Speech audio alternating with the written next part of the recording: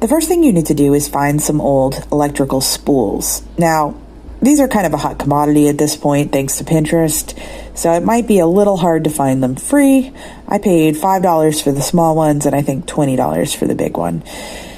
Someone who worked at one of these companies had used them for a project, and when he was done with them, he decided to sell them. So there you go.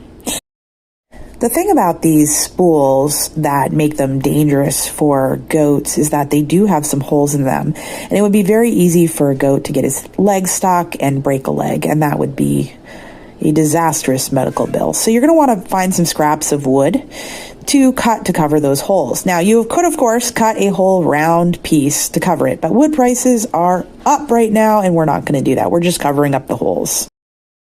You can use screws or nails or whatever you want to attach these, but you do need to make sure that your screw does not come out the other side. So in this case, these two screws go into the middle of the spool, so the goat can't go underneath this and accidentally scratch himself or poke his eye out. So yeah, just keep an eye on that, because some of them were not as easy to avoid doing that with, and you could use a smaller screw as well.